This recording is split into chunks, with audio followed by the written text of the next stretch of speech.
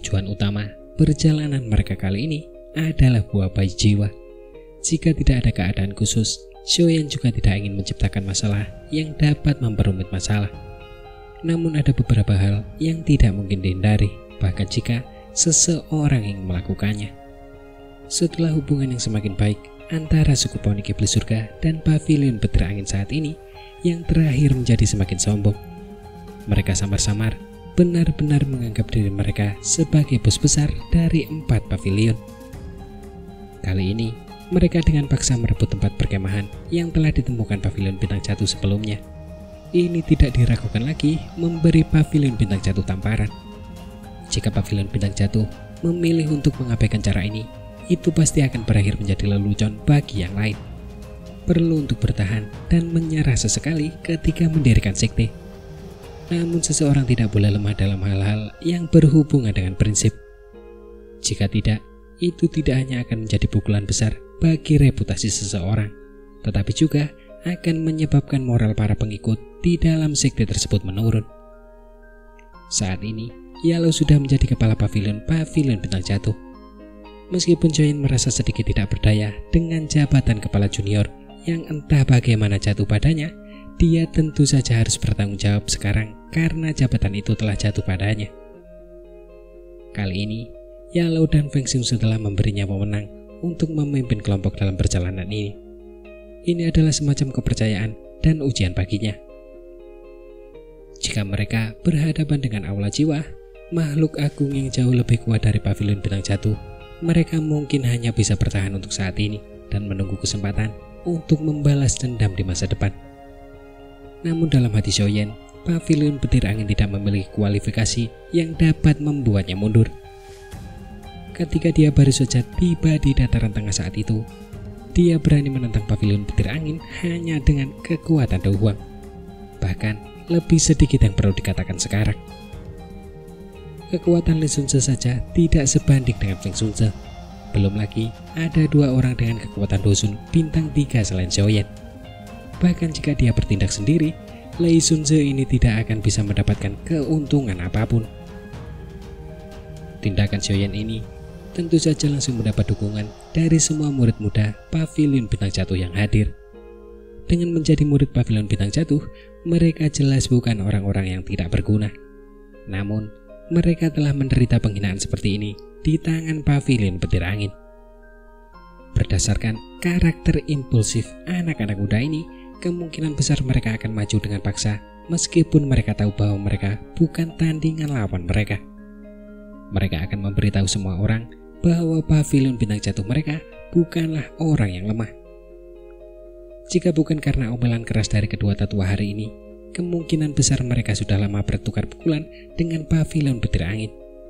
Awalnya, mereka pikir tidak ada tempat bagi mereka untuk melampiaskan kemarahan ini. Tanpa diduga, kepala Pavilion Junior ini yang mereka rasa sedikit asing di hati mereka menjadi sangat panas saat dia muncul. Dalam sekejap, posisi Xiaoyan di hati para murid muda ini langsung naik. Kadang-kadang mendapat dukungan dari orang lain adalah tugas yang sederhana. Kedua tetua itu terkejut melihat tindakan Xiaoyan ini. Mereka ragu sejenak dan melihat wajah merah cerah dari para murid muda di sekitar mereka. Api iblis yang bersembunyi di dalam hati mereka juga muncul saat ini. Pavilion Petir Angin telah menampar Pavilion Bintang Jatuh di depan begitu banyak ahli.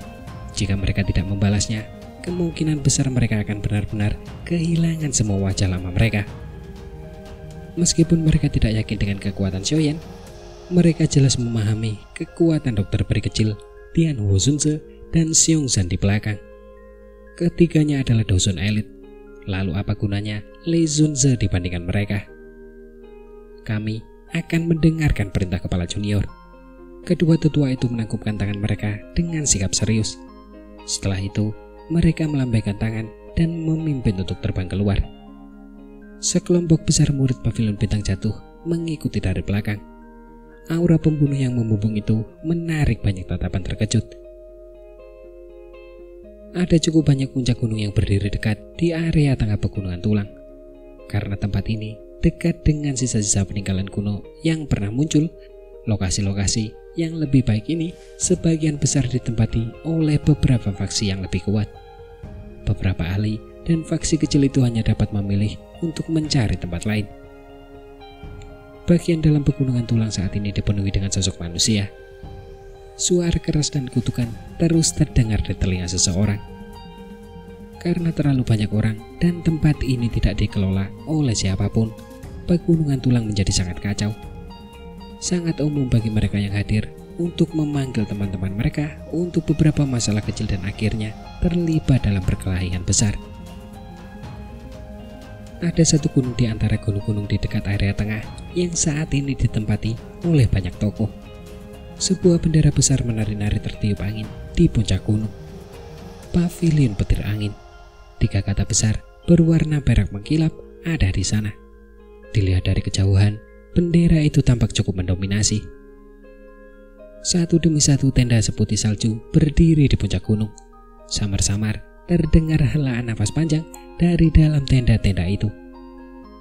Jelas tenda-tenda itu milik beberapa ahli yang lebih kuat.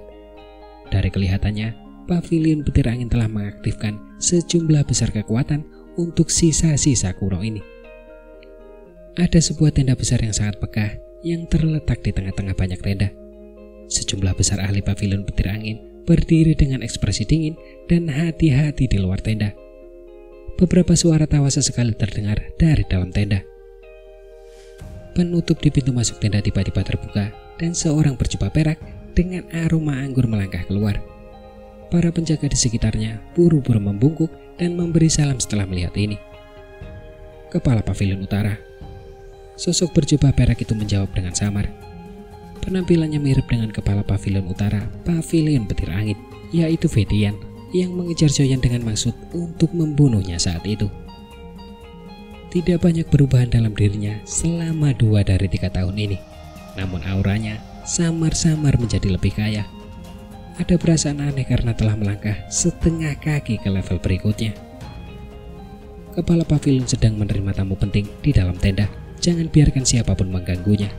Kalian semua harus lebih memperhatikannya, ucap Vetian. Vetian merasakan angin dingin sebelum melirik para ahli dari pavilion petir angin di sekitarnya dan berbicara dengan suara yang dalam. Kami mengerti. Semua orang buru-buru menjawab setelah mendengar perintah itu. Vetian akhirnya mengangguk puas setelah melihat ini. Ia hendak berbalik dan kembali ke tenda ketika tiba-tiba ia mengerutkan keningnya sedikit. Matanya menatap ke arah jalan pegunungan yang menuruni puncak gunung. Samar-samar terdengar suara dari sisi itu. Apa yang terjadi? Vetian sedikit mengernyit dan bertanya. Kepala Pavilion Utara, tolong tenangkan amarahmu. Bawahan ini akan pergi dan melihatnya. Seorang ahli yang kekuatannya telah mencapai kekuatan doang menggerakkan tubuhnya dan bergegas menuju kaki gunung. Ahli pavilion petir angin ini baru saja menuruni gunung ketika suara teredam tiba-tiba muncul sebelum Vetian sempat pulih. Seketika sosok manusia tertembak ke belakang sambil diiringi teriakan memilukan. Lebih dari selusin tenda runtuh di sepanjang jalan. Siapa yang berani mencari masalah di wilayah pavilion petir anginku? Apakah kau mencari kematian? Ucap Vetian. Adegan ini langsung membuat banyak ahli dari pavilion petir angin di puncak gunung berubah. Ekspresi Vetian juga perlahan berubah suram. Tangkap mereka, hidup atau mati. Mendengar teriakan Vetian yang mengandung amarah yang besar, banyak ahli dari pavilion petir angin juga berteriak dengan marah. Seketika, sosok mereka melesat dan mereka bergegas menuruni gunung sambil diiringi oleh gelombang angin yang bertiup kencang dan ekspresi yang garang. Vetian juga melangkah maju perlahan saat melihat begitu banyak ahli dari pavilion petir angin menyerang bersama. Dia pasti akan memberi pelajaran yang baik kepada orang yang telah menyebabkan masalah itu setelah menangkapnya. Namun, Vetian baru saja melangkah maju ketika gelombang suara benturan daging yang rendah dan dalam tiba-tiba muncul. Seketika, para ahli pavilion petir angin yang telah bergegas turun dengan ganas terlempar kembali. Darah bercacaran liar saat mereka mendarat dengan keras di puncak gunung. Erangan terdengar terus-menerus. Adegan ini secara langsung membuat langkah Vetian menjadi baku. wajahnya yang muram tampak serius. Dengan mampu menghabisi semua ahli dari pavilion petir angin dengan kecepatan seperti itu, kemungkinan besar orang yang datang bukanlah orang lemah. Bolehkah aku tahu teman mana yang telah menyerang? Ini adalah tempat perkemahan pavilion petir angin. Aku harap teman ini bisa berhenti mengingat wajah pavilion petir angin. Mata Fetian berfokus pada jalan pegunungan saat dia berbicara dengan suara yang dalam. Kepala pavilion Fetian, kita belum bertemu selama beberapa tahun, tetapi kamu masih suka menggunakan nama pavilion petir angin. Sebuah suara bergema di telinga Fetian. Sebelum Fetian sempat menyelesaikan kalimatnya, suara tawa perlahan terdengar dari bawah puncak gunung. Seketika, sekelompok besar sosok perlahan muncul di hadapan Fetian. Pemuda yang memimpin mereka langsung membuat mata Fetian tiba-tiba mengecil. "Xiaoyan," ucap Fetian. Melihat wajah yang meninggalkan kesan mendalam di benak Fetian, ekspresi gelap dan dingin langsung muncul di wajah Fetian. Saat itu, Xiaoyan pernah membuatnya kehilangan muka. Bahkan sampai sekarang, hal itu kadang-kadang digunakan sebagai lelucon oleh orang lain. Hal ini menyebabkan keinginan untuk membunuh Xiaoyan menjadi semakin kuat di hati Fetian. Tidak disangka, dia akan bertemu Xiaoyan lagi di tempat ini hari ini. Kupikir siapa orangnya? Ternyata orang-orang dari pavilion bintang jatuh yang baru saja diusir, ucap Fetian melirik ke arah tetua Hu dan tetua Qi di samping. Senyum mengejek terpancar di wajahnya saat dia berbicara. Ekspresi kedua tetua itu langsung berubah menjadi hijau setelah mendengar kata-kata itu. Kemarahan melonjak di mata mereka. Jika bukan karena mereka berdua bukan tandingan Fetian, kemungkinan besar mereka tidak akan bisa mengendalikan diri dan langsung menyerang. "Kenapa? Kau sudah menemukan beberapa pembantu dan siap membalas dendam pada kami," ucap Fetian dan hanya tersenyum saat melihat ini. Ejekan dalam senyumnya semakin kuat. Meskipun dia tidak dapat melihat kelompok dokter peri kecil, dia tidak memperlakukan mereka sebagai dosen elit. Salah satunya adalah bahwa yang terakhir terlalu muda. Dan yang kedua adalah hatinya berpikir bahwa Xiaoyan tidak memiliki kualifikasi untuk berteman dengan Dosun mengingat kemampuannya. "Fetian, selesaikan masalah ini dengan cepat. Jangan ganggu suasana hati kepala pavilion." Dua sosok tiba-tiba keluar dari dalam tenda. Mereka segera mendarat di samping Fetian dan berbicara dengan suara yang dalam. "Baiklah, aku serahkan yang lain padamu. Serahkan saja Xiaoyan padaku. Aku akan membiarkan bocah ini membayar hutangnya saat itu." Fetian menampakkan ekspresi garang dan berbicara dengan suara rendah. Fetian tidak menunggu tanggapan dari dua orang lainnya. Setelah mengucapkan kata-kata itu, cahaya perak bersinar di bawah kakinya dan dia benar-benar menghilang entah kemana. Lengkungan tipis muncul di wajah tenang Xiaoyan saat Fetian menghilang. Kakinya melangkah maju setengah langkah. Setelah itu, tangannya mengarah ke ruang di depannya dan mengepal dengan lembut. Setelah tangan itu terkepal, ruang di depan Xiaoyan segera menyatu seperti kilat. Sebuah sosok juga muncul di ruang yang menyatu itu. Jika diperhatikan dengan seksama, sosok itu adalah Fetian yang baru saja menghilang. Namun, wajah Fetian saat ini sudah tergantikan oleh keterkejutan dan juga ketakutan. Menggunakan tangan untuk meruntuhkan ruang. Kemampuan semacam ini hanya Dosun elit yang bisa melakukan ini. "Lei Sunze, apakah kamu tidak takut membuat pavilion petir anginmu kehilangan muka dengan membiarkan anak kucing dan anak anjing kecil seperti itu keluar?" ucap Xiaoyan. Xiaoyan bahkan tidak melirik Fetian setelah menahannya dengan telapak tangan acak. Matanya langsung menatap ke arah tenda dan tersenyum tipis. Setelah itu, dia menjentikan jarinya. Dada Fetian yang berada di dalam ruang konvergen terketuk ke dalam sejauh setengah inci. Seteguk udara merah segar menyembur keluar. Sosoknya juga terbang mundur seperti bola meriam. Setelah itu, ia dengan keras menghantam bagian dalam tenda yang luas di depan mata dua kepala pavilion petir angin lainnya yang terkejut. Fetian melesat dengan ganas ke dalam tenda bagaikan bola meriam. Kekuatan dahsyat meledak pada saat ini. Suara robekan terdengar dan tenda itu hancur berkeping-keping. Melihat Choyen benar-benar sekejam ini dalam serangannya, para ahli dari pavilion petir angin di sekitarnya juga tercengang. Untuk sesaat, tidak ada yang berani mengatakan apapun. Anak muda, kamu benar-benar berani. Tenda itu hancur berkeping-keping. Tampaknya orang-orang di dalamnya tercengang oleh tindakan Choyen ini. Sesaat kemudian, seseorang akhirnya pulih. Rawan kemarahan yang dipenuhi dengan keinginan untuk membunuh bergema di seluruh langit ini. Pegunungan tulang saat ini telah dipenuhi oleh lautan manusia yang tak berujung. Ada banyak orang di mana-mana. Ketika kelompok Choyen menyerbu dengan niat membunuh yang melonjak tinggi, cukup banyak orang menyadari bahwa akan ada pertunjukan yang bagus. Oleh karena itu, suara angin kencang muncul di seluruh langit saat gemuruh ini terdengar. Dalam sekejap mata, banyak sosok telah muncul di langit di sekitar gunung. Mata orang-orang ini melirik ke puncak gunung. Setelah itu, mereka melihat tenda yang dirobek paksa. Dalam sekejap, kejutan melonjak di mata semua orang. Pavilion petir angin dapat dianggap sebagai faksi yang cukup kuat di dataran tengah. Kalau tidak, mereka tidak akan memiliki kualifikasi untuk menempati puncak gunung sebagai tempat perkemahan di sini. Tidak disangka ada seseorang yang berani menyerang secara terbuka. Bagaimana mungkin ini tidak membuat mereka terkejut dan penasaran? Choyen mengabaikan para pengamat yang tiba-tiba muncul di sekitar tempat itu. Matanya melihat ke arah bagian tenda yang telah rusak. Lei Xunze yang telah lama ditemuinya saat ini berdiri dengan wajah muram. Pada saat ini, tangannya meraih jubah Feidian. Ada dua lelaki tua yang berjubah binatang di samping Lei Xunze. Namun kedua orang ini tidak membuka mulut mereka saat ini. Sebaliknya, mereka memilih untuk berdiri diam di samping dan mengamati situasi.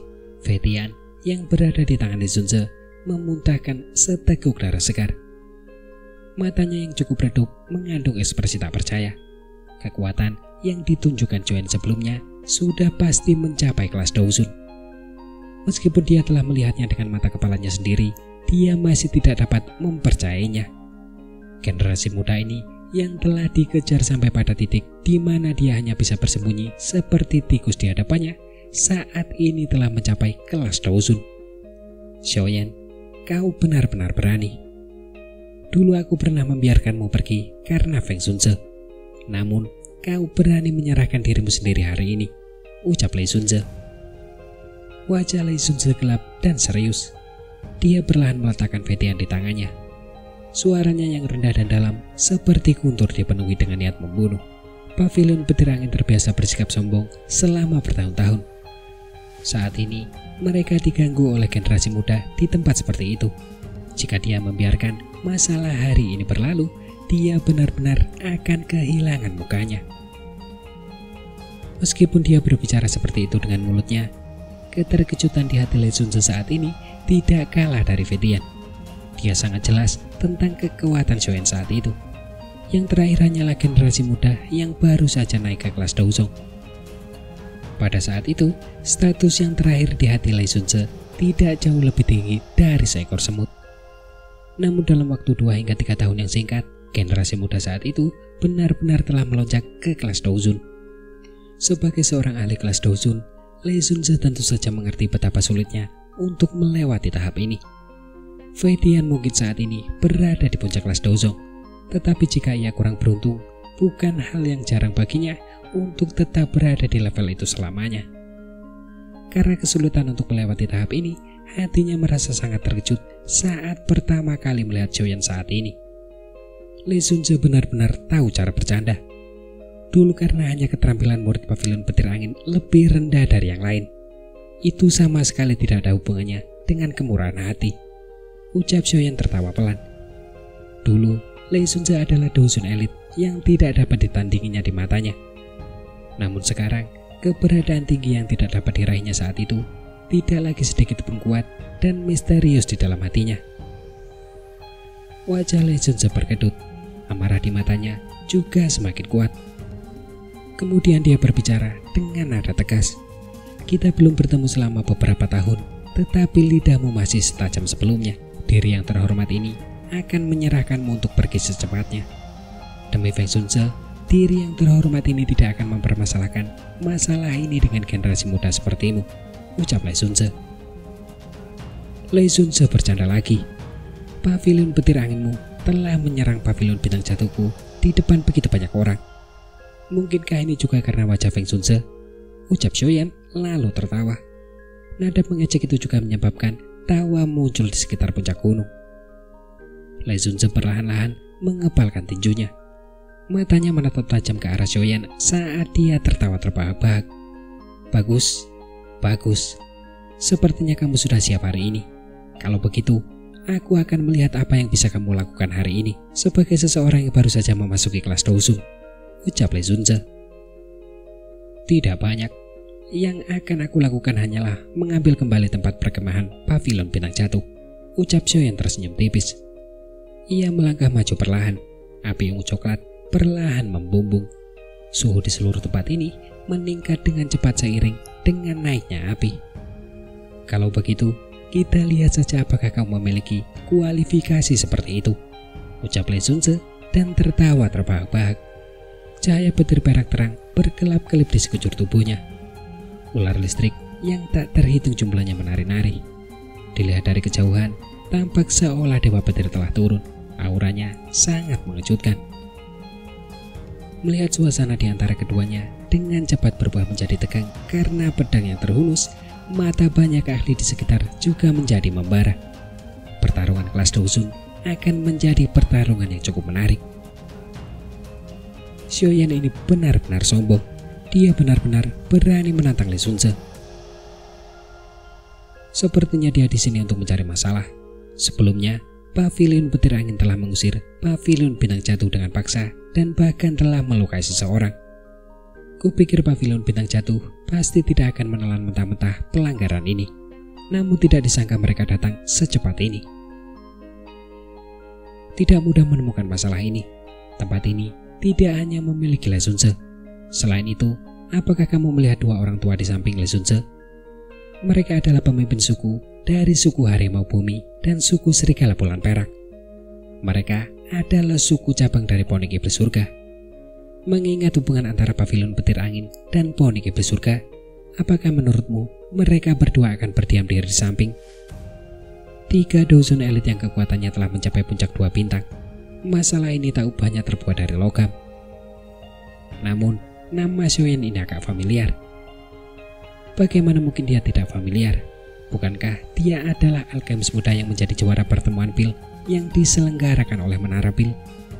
Tidak disangka benar-benar muncul di tempat ini setelah menghilang selama lebih dari setahun. Suara percakapan demi percakapan bergemuruh di sekitar. Xiaoyan bertindak seolah-olah dia tidak menyadari mata di sekitarnya yang tiba-tiba menjadi sangat panas. Api ungu coklat membumbung di tubuhnya. Saat itu, tekanan Douzun yang tampaknya tak terkalahkan saat ini tidak dapat menghalanginya sedikitpun. Teman muda ini, masalah hari ini hanyalah kesalahpahaman. Masalah 2 teman dari pavilion bintang jatuh itu hanya karena kepala pavilion Vetian terlalu mudah tersinggung dan secara tidak sengaja melukai mereka saat menyerang. Selain itu, kepala pavilion Vetian saat ini terluka olehmu. Masalah ini kurang lebih dapat saling menggantikan. Karena itu, aku ingin menyusahkan teman muda untuk berhenti karena wajah suku Harimau Bumi dan suku Serigala Bulan Perak. Bagaimana menurutmu?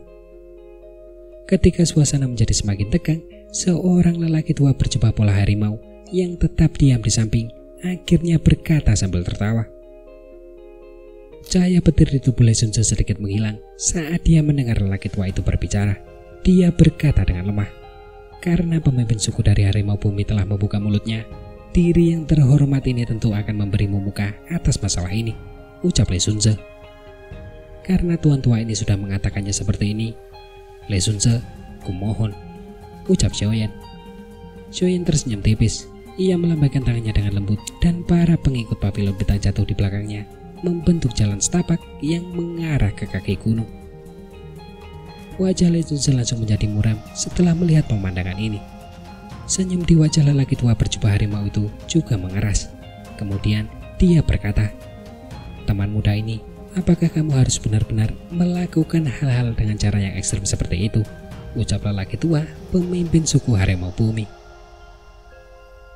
Pavilion Petir Angin telah menghancurkan reputasi pavilion bintang jatuh milikku di depan umum.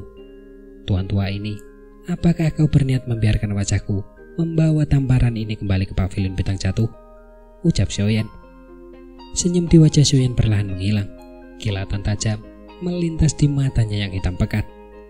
Menghadapi Xiaoyan ini, yang sikapnya tiba-tiba menjadi tegas, Lei Xunze dan dua tetua berjubah binatang juga mengalami sedikit perubahan dalam ekspresi mereka. Rasa dingin langsung muncul di mata mereka. Teman baik, kamu benar-benar memiliki keberanian seperti itu dalam menghadapi Tiga Daozun. Kamu memang layak menjadi juara pengumpul pil, ucap pemimpin suku harimau bumi. Senyum tipis dan kesombongan Xiaoyan yang tiba-tiba tidak seperti biasanya juga membuat semua orang terkejut. Seketika terdengar sorak-sorai pelan. Aku tidak peduli dengan seberapa hebat dirimu di dunia manusia. Namun tempat ini adalah wilayah binatang buas. Ini bukanlah tempat di mana kamu bisa bersikap kejam.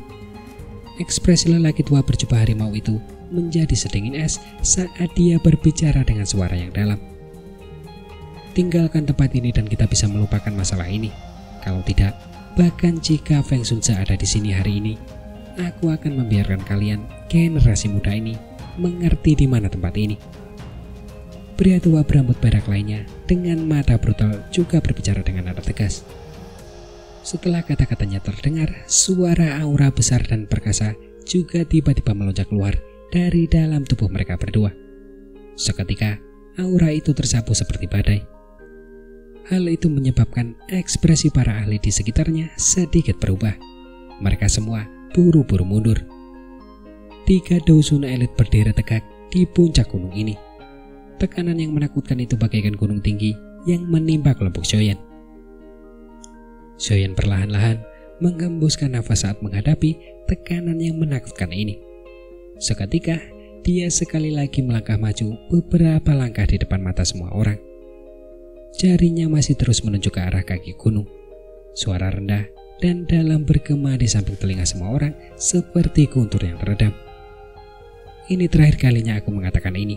Bergulinglah dari sini atau turunlah sambil berbaring, ucap Xiaoyan.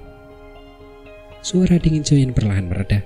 Tiga aura menakutkan yang tersembunyi di belakangnya juga meletus tanpa ditahan saat ini. Kemunculan ketiga aura ini pada dasarnya telah dengan paksa menyebarkan tekanan energi yang menerjang dalam sekejap. Menghadapi serangan balasan tiba-tiba dari aura yang menakutkan itu, ekspresi kelompok Lei Xunze langsung berubah. Kaki mereka juga buru-buru mundur beberapa langkah. 4 Daozun, ucap terkejut Lei Xunze.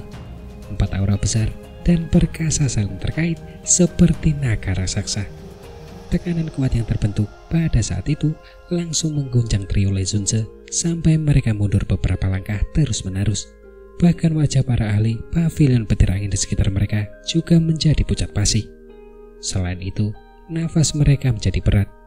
Mata mereka juga tertutup oleh keterkejutan. Aura agung yang tiba-tiba meletus juga menimbulkan kegemparan di sekitar tempat itu. Semua orang tercengang saat melihat 3 orang dari dokter berkecil yang berdiri di belakang Xiaoyan. Pada saat ini, mereka akhirnya menemukan bahwa 3 orang yang menjaga profil rendah dan hanya berdiri diam di belakang Xiaoyan sebenarnya juga merupakan ahli kelas Daozun sejati. Dengan cara ini, jika Xiaoyan sendiri ikut serta, 4 Daozun elit akan muncul di pihak pavilion bintang jatuh. Jajaran seperti ini jauh dari apa yang dapat dibandingkan dengan pavilion petir angin. Tubuh Lei Xunze dengan cepat berhenti setelah mundur beberapa langkah. Matanya menunjukkan ekspresi terkejut saat dia melihat 3 orang di belakang Xiaoyan. Selain pria kuat yang tampak asing itu, dia menemukan bahwa wanita muda yang cantik dan pria tua di sampingnya seharusnya telah mencapai puncak kelas Daozun bintang ketiga. Kekuatan seperti itu jelas tidak lebih lemah darinya. Bagaimana ini mungkin? Sejak kapan pavilion bintang jatuh memiliki begitu banyak elit Daozun? Gumam Lei Xunze. Badai hebat bergejolak di dalam hati Lei Xunze. Kebanyakan dari mereka yang bisa menjadi fraksi terkenal di dataran tengah memang memiliki beberapa fondasi tersembunyi. Akan tetapi, sudah beberapa abad sejak pavilion petir angin didirikan. Jika dihitung, sejarahnya bahkan lebih panjang daripada pavilion bintang jatuh. Namun, fondasi untuk bisa mengalahkan 3 ahli kelas Dosun, bukankah itu sedikit terlalu kaya? Kedua lelaki tua berjubah binatang di samping Le Zunze juga sedikit berubah ekspresinya saat ini. Akhirnya, mereka mulai merasa bahwa keadaan sedang bermasalah. 4 Daozun. Bahkan jika seseorang menjumlahkan para ahli puncak dari kedua klan mereka, kemungkinan besar mereka tidak akan menjadi barisan seperti itu. Di bawah tekanan aura luas dan dahsyat ini, atmosfer di puncak gunung juga menjadi lebih terbatas. Para murid pavilion petir angin yang sebelumnya masih bangga, kini saling memandang. Mereka tidak berani melakukan gerakan yang tidak biasa. Teman ini, lelaki tua berjubah harimau itu, membuka mulutnya lebar-lebar. Ia ingin mengatakan sesuatu, tetapi hanya bisa menutup mulutnya dengan bijak setelah melihat wajah Xiaoyan yang dingin. Ia menoleh dan menatap Le Zunze yang tampak semakin muram di sampingnya. Dalam situasi saat ini, jelas bahwa pavilion petir angin sedang dalam posisi yang kurang menguntungkan. Akan lebih baik jika mereka pergi secepat mungkin. Jika pertempuran terjadi dan mereka diusir dengan paksa, mereka hanya akan kehilangan lebih banyak muka. Ekspresi Le Zunze sedalam air. Matanya menatap tajam ke arah Xiaoyan. Sesaat kemudian, dia akhirnya mengatupkan giginya dan berkata, "Dasar bocah nakal. Kalau aku tahu saat itu, aku sendiri yang akan membunuhmu," ucap Le Zunze.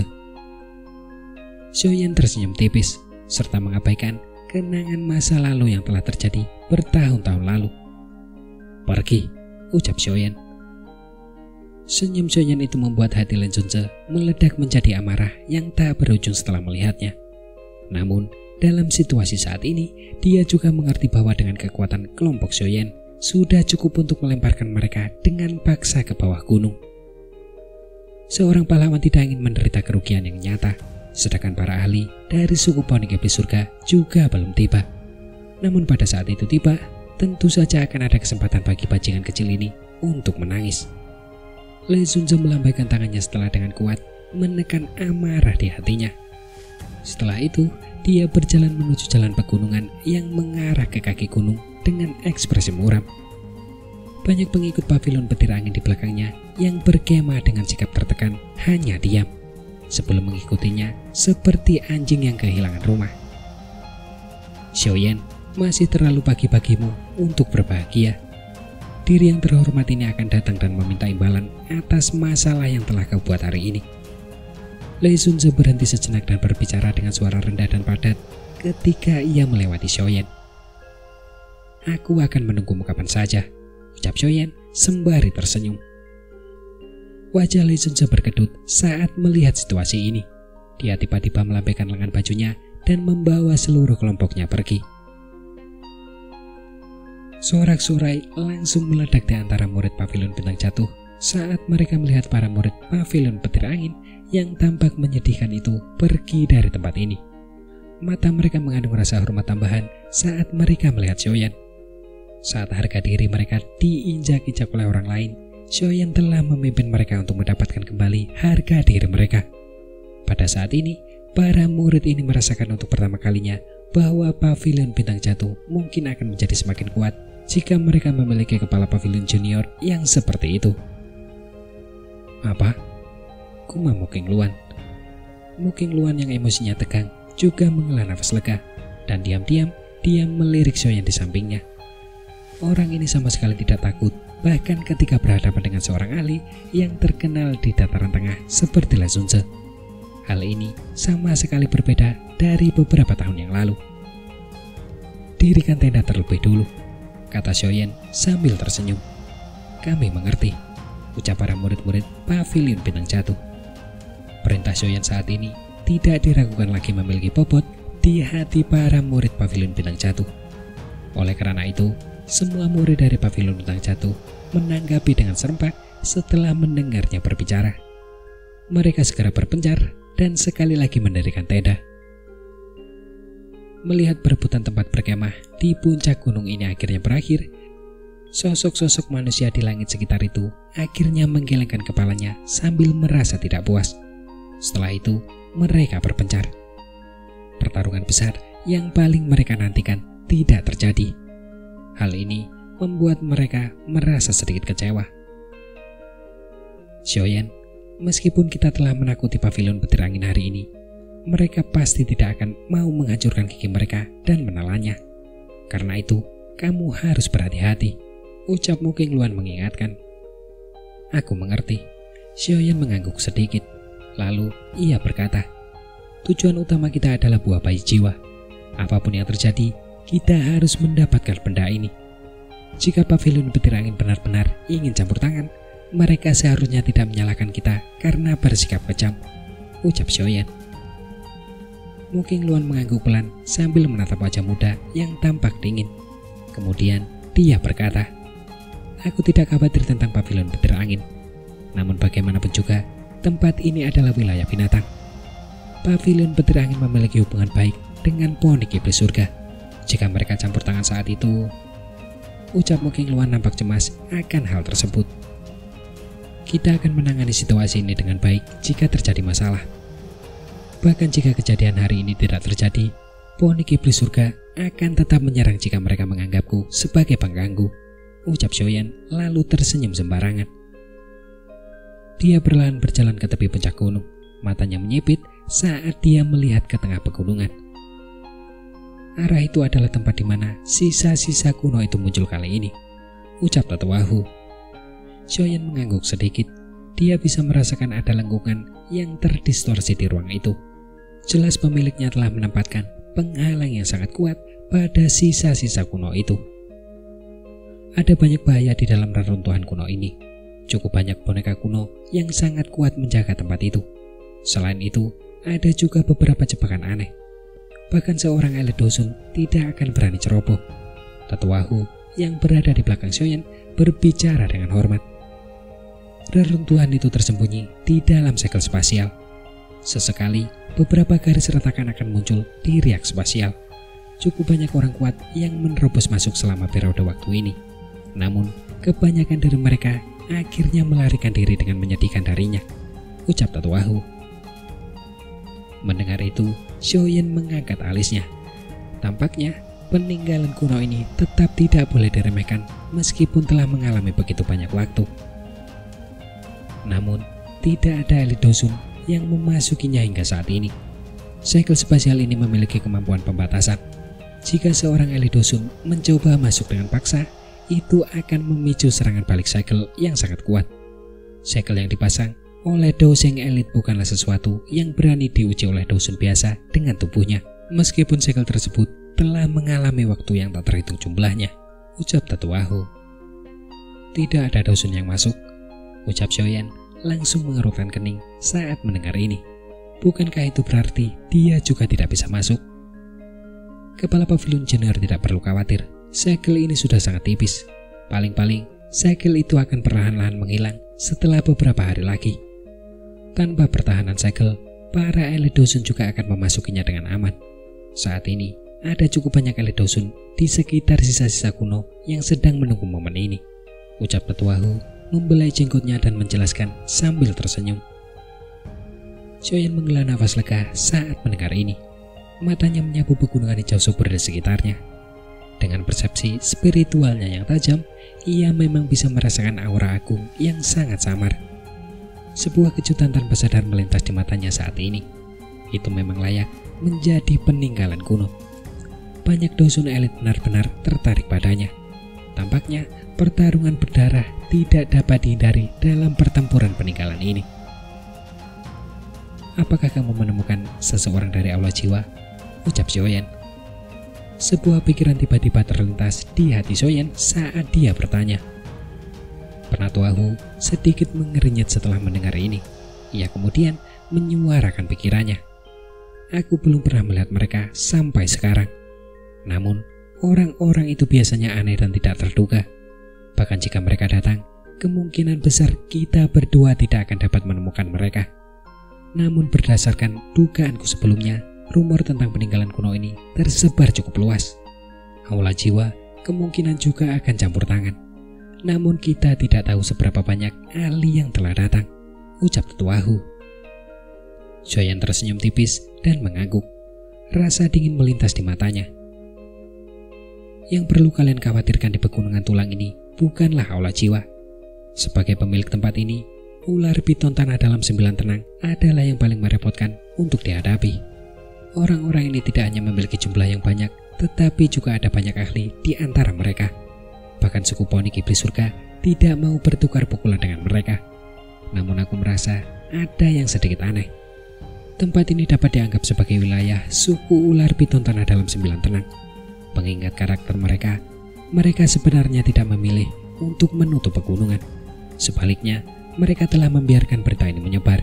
Ucap Muking Luan berbicara dengan lembut serta agak ragu. Ular piton tanah dalam 9 tenang. Shoyan bergumam pada dirinya sendiri. Dia juga mengangguk sedikit. Dengan mampu menjadi salah satu dari 3 suku besar di dunia binatang ajaib, ular piton tanah dalam 9 tenang ini jelas bukan golongan biasa. Saat ini suku ular piton tanah dalam 9 tenang bahkan tidak mampu mengurus diri mereka sendiri, di mana mereka akan menemukan upaya untuk datang dan mengelola sisa-sisa kuno ini. Ucap Tetua Hu menggelengkan kepalanya dan tertawa ketika mendengar ini. Tidak bisa mengurus diri sendiri? Apa yang terjadi? Ucap Muking Luan bertanya dengan heran. Saya juga tidak yakin tentang ini. Namun, dari informasi yang telah kami tanyakan, beberapa ahli dari suku ular piton tanah dalam 9 tenang telah hilang dengan cara yang membingungkan baru-baru ini. Seorang dusun elit dari suku ular piton tanah dalam 9 tenang termasuk di antara para ahli yang hilang ini. Saat ini, mereka sedang mati-matian mencari pembunuhnya. Hal yang benar-benar tidak dapat dipercaya adalah bahwa orang yang telah menyerang suku ular piton tanah dalam 9 tenang sebenarnya hanya seorang diri. Ucap Tetua Hu membelai jenggotnya dan mendesah. Ekspresi Shoyan dan Muking Luan tampak terkejut setelah mendengar kata-kata ini. Siapakah sebenarnya orang kuat yang berani menyerang suku ular piton tanah dalam 9 tenang hanya dengan seorang diri?